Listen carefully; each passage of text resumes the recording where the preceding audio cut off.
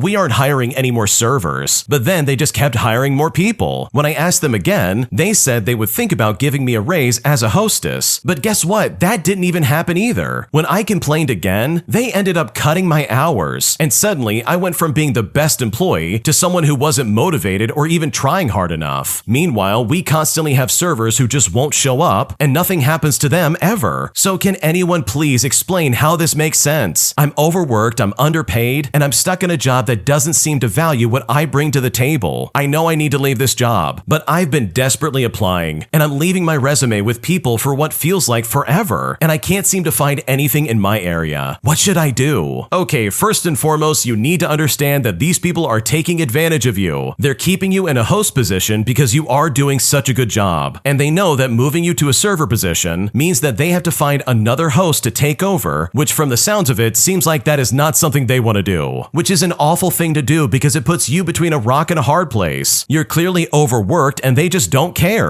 And guess what? If you complain, they're going to cut your hours. And you can see the manipulation in this post. They tried to like butter you up and be like, oh, you're the best employee ever. But the second you complain, they're like, oh, you want to complain, do you? Okay then, we're just going to cut your hours. They are literally trying every angle to keep you down and keep you quiet while also making you work like crazy. These people don't give you a raise, they're overworking you, and they're refusing to give you the serving position they promised you. So honestly, if I was in your shoes at that point, I would basically only do what my job entails. I'm not going to go above and beyond for anybody if I'm not going to be rewarded for what I'm doing, because that's how you get taken advantage of. And these people are doing that to you. They've basically convinced you that if you work hard enough, then you'll be a server, but in reality, they just want you to work harder without ever getting the reward you want. They're dangling this carrot over your head just to make you move faster. So truly, this is so toxic and it is so awful, and you definitely deserve another job. And I really hope for your sake that you find something else sooner than later. Am I the jerk for telling my boyfriend's sister that she needs to move out or start paying rent, as she has now been staying in my house for a month after she said she would only be here for a few days so that she could find student accommodation? Here's what happened. I'm a 27-year-old male and I own a 2-bedroom condo in the city. Recently, I've started working a job where I'm in a different city Monday through Friday and only spend the weekend at home. A month ago, my boyfriend asked if his sister, who had just started college, could stay with us for a few days while also looking for student accommodation. And you know what? I said okay. As mentioned, I'm away Monday through Friday for work anyways, so it doesn't affect me that much. Well, fast forward and it's been a month, and his sister still lives at my place rent-free. I had subtly mentioned to my boyfriend a few times that she needs to move out soon, but the answer was always to say, oh, she's been looking, but nothing has ever worked out yet. So this weekend, I finally had enough, and I told my boyfriend that his sister either moves out this coming week, or she better start paying me the same amount that she would pay for student accommodation. I mentioned that I'm feeling taken advantage of, and that if I didn't have a spare bedroom, his sister would surely have already found accommodation elsewhere, and that at this point, I feel like she's dragging her feet. He said she's family too, and that I'm too calculating. So honestly, am I the jerk in this situation? Because right now, I really don't know what to do. No, you're not being too calculating. You're definitely being taken advantage of. Like, no, for starters, you're not the jerk, because clearly she just doesn't want to find anywhere else to live. So in my opinion, asking her to pay rent is completely reasonable. There's nothing wrong with you expecting that, and the fact that your boyfriend is like, oh, come on, she's family. She's having a hard time finding anything else. Like, that seems a little unbelievable in my opinion, because they've had a month to figure this out and at least find some other place to live for college. Because this behavior, especially after she hasn't been like checking in with you, in my opinion, is easy proof that she is definitely taking advantage of you. Am I overreacting? When I got upset that my mom rearranged my entire house while I was out, because right now we are very pissed off, and at this point we seriously don't know what to do. So my mom had friends come into town this weekend, and one of them is an interior designer, and she asked if they could come see my new house that my husband and I purchased 3 months ago. Now we both work full time, so we are still in the process of unpacking and making the house feel like our own. We don't have all of our paintings hung up, for example, and we don't have all the furniture needed to furnish the whole house. My mom presented their visit as an opportunity for her friends to figure out what they could give us as a late wedding gift. For example, maybe chairs for the living room or a piece of artwork that would fit in our space. My husband and I were both out when they came by, so I left my key for them and she texted when they got there. Well, when my husband came home, our furniture in our living spaces had been completely rearranged. The outdoor chairs were now inside, the couches were facing different walls, and artwork had been taken out of our storage and placed in various places around the house that they thought that we would like. My mom even hung a painting and moved one that we had already hung. She had texted me saying she was going to ask forgiveness and not permission for the changes they had suggested. Well, when my husband got home, he called me immediately and was pretty upset. They were just coming to look around, which he agreed to, but not to rearrange our entire house. So I called my mom, who was happily on her way to dinner with her friends. Now, I was also very angry, and I asked why she would do that without asking first. first. We didn't have much time to talk before her dinner, so she texted me instead. She said that I shouldn't just take my husband's word for everything when I had not been home to see it myself. Well, the next day, she sent me a long text message about how nasty and ungrateful I am, and that my husband can't appreciate how much better their new layout is for our house, and that his negativity towards it is influencing me. But I told her it wasn't the way it was arranged that bothered me, but that she did it all without asking us, and that we trusted her in our home, and she broke that trust by going through our storage and moving things around. She then says to me, "Sorry that I like to rearrange things and that you don't like surprises." My husband is also upset with her because of the things that she said about him, and now that is a whole other issue that we'll have to deal with. So overall, am I overreacting that she came in and rearranged our entire house? I gave her permission to come in, and if I just put it back the way that it was, it wouldn't have become this entire issue. I kind of wish I just said thank you and moved on so that I wouldn't have to compromise my relationship with her and potentially ruin my husband's relationship with my mom. What should I do? No, you did not overreact at all. This is such a violation of trust, it's not even funny. You agreed to have them look around your house. So the fact that they literally rearranged your entire home and brought stuff out of storage and hung up pictures and did all this stuff without your permission, like that would all drive me crazy. There is no way that's acceptable. So no, I don't think you're overreacting, because what your mom did and her dismissive behavior towards this, in my opinion, is super toxic. Am I the jerk for refusing to let my friend's service dog into my house, all because I'm severely allergic to dogs? Here's what happened. Okay, I want to start off by saying that I have a pretty severe dog allergy, and I recently invited a small group of friends over for a game night. Now, one of my friends has a service dog for his anxiety, which I totally respect, but I told him beforehand that I can't be around dogs because of my allergies. Well, he said it wouldn't be an issue because I could just take allergy medication and keep the windows open. I tried to explain that even with medication, I would still be uncomfortable, and honestly, I don't want a dog in my house for hours. Well, he responded by saying that I was being ableist and not considering his needs, even though I feel like I'm the one who would physically suffer. The rest of the group at this point is split. Some say I'm being unfair to him, and others think that it's reasonable because it is my house and it is my health. But right now, I'm starting to second guess myself because at this point, I really don't know what to do. Okay, for starters, you're definitely not the jerk, and also the fact that this person is like, wow, you're being ableist, you're not considering my needs. Like seriously, that street goes both ways, buddy. You're also not considering their needs. Like seriously, how selfish can you possibly be? If you need the dog with you because of your anxiety and someone in there has a severe dog allergy, then guess what? You probably shouldn't be there for the party. Like the fact that they immediately said, oh, you're being ableist, you're not considering anything that I'm going through. Like that immediately for me is a red flag that this is not a good friend and they're going to weaponize their mental health against you at the drop of a hat. So no, you are definitely not the jerk because the way they're acting, in my opinion, is completely unacceptable. My toxic friend lies to my face when she says that she found someone to watch my dogs while I'm out of state for 3 weeks on vacation. But once I found out that my friend lied to me, I freaked out, forcing me to come home early, spending over $4,000 on flights just to get home so that I could make sure that my dogs were still alive. But now my mom is saying that I overreacted after I blocked my friend and ended my friendship, claiming that I should have worked things out instead of blocking her in the way that I did. And at this point, with all things considered, I feel very lost and I really don't know what to do. Here's what happened. Okay, so me and my entire family and extended family planned a trip out of state for 3 weeks. And prior to this, I had arranged with my good friend to get someone in my house to house sit and watch my 2 dogs. And she was a great help. She organized someone to come in for the time that we were gone, or at least that's what she told me. 1 week into our trip, I was in the middle of the desert with barely any phone reception. I happened to check my Ring camera and I noticed that no one had been in my house for 4 days, which means that my dogs were left alone with no food for 4 days. I was literally distraught. I messaged her immediately and she said to me, oh, I didn't know. So-and-so was supposed to go to the house. Well, I ended up finding out that she had lied about the house sitter because guess what? There was no house sitter ever. She had gone a few times to feed them prior to this and that was it. She made no attempts to help further or even rectify anything else. So once that conversation happened, I immediately ended up messaging my ex-boyfriend to go to my house and check on my dogs. Now for reference, I had no contact with him prior to this for several months, but luckily he did go and he did check on my dogs. Since before left alone though, my dogs had decided to go to the bathroom all over my bed, ruining including my mattress and my bedding. They chewed my brand new lounges, chewed on my kids' wooden beds, and just completely trashed my house. I finally ended up making it to our holiday destination a few days later and paid $4,000 for an emergency flight back home to my dogs. The whole time leading up to my flight out, I was a wreck though. It completely ruined my holiday. I saved up for this with my kids. I had paid so much money in travel cost, only to then have it all cut short, and the remaining time I had was filled with anxiety and stress about my house and my dogs. Now, as a side note, I am a single mom, and this was far beyond anything I can financially recover from. Upon arrival, my house was full of maggots because my bins had not been taken out. My bedding was wrecked, the floors were covered in dog waste, there was a dead bird in the backyard, and my dogs just had free range of my house without any supervision. It was a horrific state to come home to, and I've literally cleaned for 48 hours straight. I then messaged my friend, and I told her that I was beyond upset, and that it was probably best that our friendship was done, that this completely ruined my holiday, it drained my savings, and that she let me down beyond words could even say. It was, to me, a massive betrayal. Well, she ignored my message and left me on red, and now I guess she's upset with me. My mom thinks that I'm overreacting when I said I had to end that friendship and move on from it, and that I could have just worked it out and been more understanding, but my dogs are an important part of my family, and I entrusted someone to not only care for them, but to also look after my house as well. I am still a complete wreck. I have cried nonstop for a week, and I don't think I will ever emotionally or financially recover from the week that I just had. So am I overreacting in this situation? What should I do? Before we go any further, the original poster has provided some updates. Here's what they had to say. Okay, the first and foremost important thing is that my dogs are okay. I flew home to them to ensure this, but also, yes, I am upset about the money I had to spend and my damaged property. I am only human, and I am an autistic one at that. And this all was a lesson I have paid for greatly, not just financially, but emotionally as well. I'm also consumed with guilt about my actions and anxiety that my dogs could have passed away. There is a lot of sadness and anger and some guilt regarding all of it. Now, for the record, I did empty my bins and clean my house for the house sitter that was supposed to be there, but as I left, I placed a single can of dog food in the bin, which clearly attracted flies. But I was under the assumption that someone would be house sitting, so they would be taking out the bins. Now, I've also read all the comments, and as harsh as some of them are, I agree. I'm an idiot. I acknowledge and accept my role in this, and not taking it solely upon myself to organize, vet, and pay for proper dog care. Leaving my dogs in the hand of someone else without proper information was a massive mistake and poor judgment on my part. In my last text message to her, I acknowledge this and I apologize for leaving them with her when they were clearly my responsibility. It's also important to note that there is barely any phone service or reception where I was traveling. I was traveling across the country in a car, camping along the roads and roundhouses in the desert, and I was also checking my dogs every chance I got, and it was between phone service that I left them unchecked, but then once I checked on them, I messaged my friend about it immediately and planned some other interventions with my ex-boyfriend. Now, I don't think that my friend had any ill intentions, to be completely honest. I do think she lied about a house sitter, but in my humble opinion, I truly believe that she thought she could handle it all as she promised me and simply just couldn't do it. And then it got to the point where my dogs were left alone for several days. My gripe is that I don't think she thought I would check the cameras, and if I hadn't checked on them, I think my dogs would have been left longer and possibly passed away. I think it all just got beyond her control, but I don't really have an answer for her. Now, I did not explicitly ask for her help initially or force onto her the care of my dogs. She offered to help, and I accepted her help because she apparently knew people, and I was just blindly and naively trusting her as a friend. Well, as a result of all of this, I have no further contact with this friend, and I did block her yesterday, as I didn't think I wanted to hear any replies or excuses that she might have. Now, regardless of all actions by everyone, including myself, my dog still got left alone for several days, and she knew that they were alone and didn't tell me or even care, and I seriously don't think that she had any intentions of telling me had I not found out by myself. Wow, this is a heavy one. Seriously, this friend is an absolute piece of garbage. We're talking grade A, absolutely terrible human being. So let me get this straight. She not only lied about having someone available to house sit and